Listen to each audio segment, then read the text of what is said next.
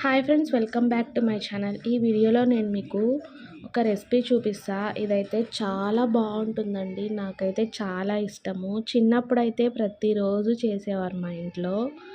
పొద్దున్నే రాగి సంగటి ఇంకా ఈ గొజ్జు చేసేవాళ్ళు. సో ఇది తిని మేము స్కూల్కి వెళ్ళేవాళ్ళము. నాకు చాలా ఇష్టం ఈ రెసిపీ అయితే.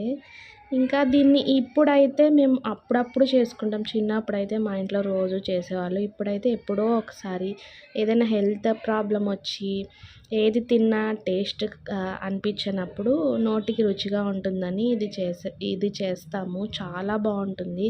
దీన్ని మేము వంకాయ టమోటా గొజ్జు అంటాము. ఇంకా మీరు పచ్చి పులుసు అంటారు కదా, సో అదే అనమాట. ఇంకా కడప సైడ్ అయితే నలుపుడు అంటారు ఈ రెసిపీని.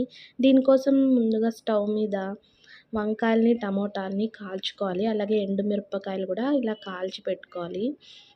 పొయ్యి ఉంటే పొయ్యిలో కూడా కాల్చుకోవచ్చు. పొయ్యి లేదు కాబట్టి స్టవ్ మీద కాల్చా.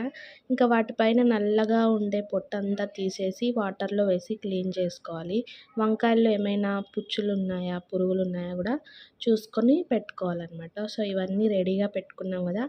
ఇప్పుడు దీని ప్రాసెస్ చూద్దాము. దీంట్లోకి కావాలంటే చింతపండు కూడా వేసుకోవచ్చు. నేనైతే వేయట్లేదు. ముందుగా ఎండుమిరపకాయలు ఇంకా వెల్లుల్లిపాయలు నేను పప్పు గుత్తితో స్మాష్ చేశాను. చేత్తో చేస్తే మంట ఉంటుంది. ఇంకా మంట ఒక రోజంతా పోదు, అలానే ఉంటుంది. అందుకని చేత్తో నేను స్మాష్ చేయలే. ఇప్పుడు వంకాయల్ని ఇలా స్మాష్ చేసుకోవాలి.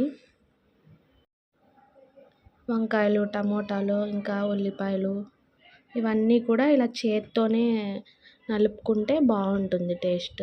అలాగే టమోటాలో కూడా ఏమైనా పుచ్చు ఉందా అది కూడా చూసుకోవాలి మనము. ఇలా మొత్తం అన్నీ వేసేసి బాగా చేత్తోనే నలుపుకోవాలి.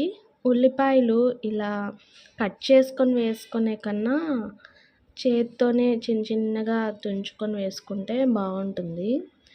మా సైడ్ అయితే ఇవి చాలా రకాలుగా చేసుకుంటారండి. ఉడకబెట్టి చేసుకుంటారు. ఇంకా ఓన్లీ టమాటా వేసి చేసుకుంటారు. ఇంకా బెండకాయలు ఇప్పుడు వంకాయలు టమోటా కాల్చాను కదా, సో వంకాయల బదులు బెండకాయలు కూడా కాల్చి చేసుకుంటారు. చాలా బాగుంటుంది. ఈ గొజ్జులు చాలా రకాలు చేస్తారు మా సైడ్ అయితే.